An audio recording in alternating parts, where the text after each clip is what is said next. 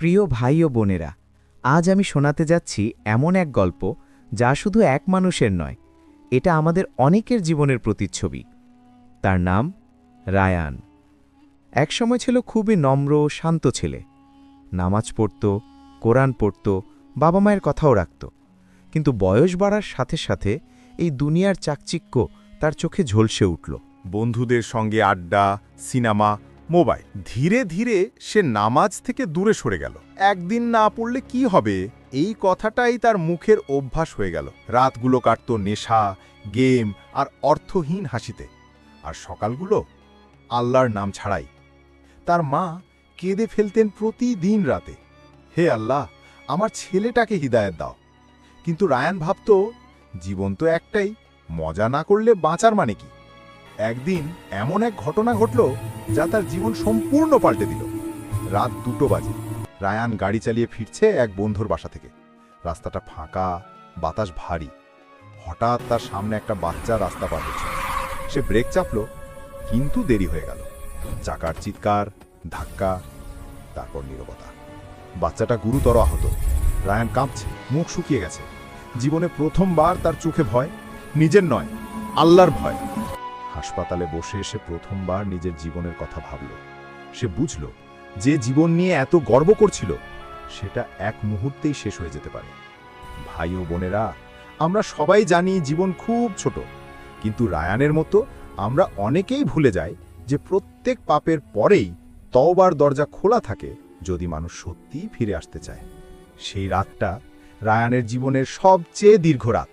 হাসপাতালের ঠান্ডা করিডোরে বসে এসে শুধু ভাবছে, যদি আমি একটু আগে ব্রেক চাপতাম। বাচ্চাটা এখনো কোমায়। তার বাবা চোখে পানি নিয়ে তাকিয়ে আছে রায়ানের দিকে, কিন্তু কিচ্ছু বলছে না। সেই নীরব দৃষ্টি রায়ানের অন্তর ভেদ করে গেল যেন। রাত 3টে। হাসপাতালের জানালার পাশে বসে এসে আকাশের দিকে তাকালো। প্রথমবারের মতো তার চোখে কান্না, আর ঠোঁটে এক ফিসফিসে শব্দ, আল্লাহ, আমি ভুল করেছি। সেই মুহূর্তে বাইরে এক বজ্রপাত হলো, আর বিদ্যুতের আলোয় মুহূর্তের জন্য সে নিজের প্রতিচ্ছবি দেখল জানালায়। একটা ক্লান্ত, ভাঙা, পাপী মানুষ, যেন সে নিজেকেই ভুলে গিয়েছিল। বলো, হে আমার বান্দারা, যারা নিজেদের ওপর জুলুম করেছ, আল্লাহর রহমত থেকে নিরাশ হইও না। নিশ্চয়ই আল্লাহ সব গুনাহ ক্ষমা করেন। এই আয়াত যেন রায়ানের হৃদয়ে সোজা ঢুকে গেল। তার মনে হলো আল্লাহ তাকে এক্ষুনি ডাকছেন। বছরের পর বছর হারাম জীবনে থেকেও যে ডাক কখনো শুনতে পায়নি, আজ শুনতে পাচ্ছে স্পষ্টভাবে। সে সিজদায় পড়ে গেল হাসপাতালের মেঝেতে, কাঁদছে, চিৎকার করছে, হে আল্লাহ, আমি আর কখনো এমন হব না। তুমি শুধু ওই বাচ্চাটাকে বাঁচিয়ে দাও। ঘন্টার পর ঘন্টা কেটে গেল। ভোরের আলো ফুটল, আজানের ধ্বনি উঠল, হাইয়া আলাস সলাহ, হাইয়া আলাল ফলাহ। রায়ান কান্না থামালো। দীর্ঘদিন পর প্রথমবার সে নামাজ পড়ল, হাসপাতালের মেঝেতে বসে কাঁদতে কাঁদতে। সেই নামাজের পর তার ভিতর এক শান্তি নেমে এলো, যেটা সে কোনো দিন অনুভব করেনি। যেন আল্লাহ তার হৃদয় থেকে অন্ধকার সরিয়ে দিয়েছেন। সে বুঝল, এটা শাস্তি নয়, এটা ছিল আল্লাহর ডাক। সেই দিন থেকে রায়ানের জীবন পাল্টে গেল।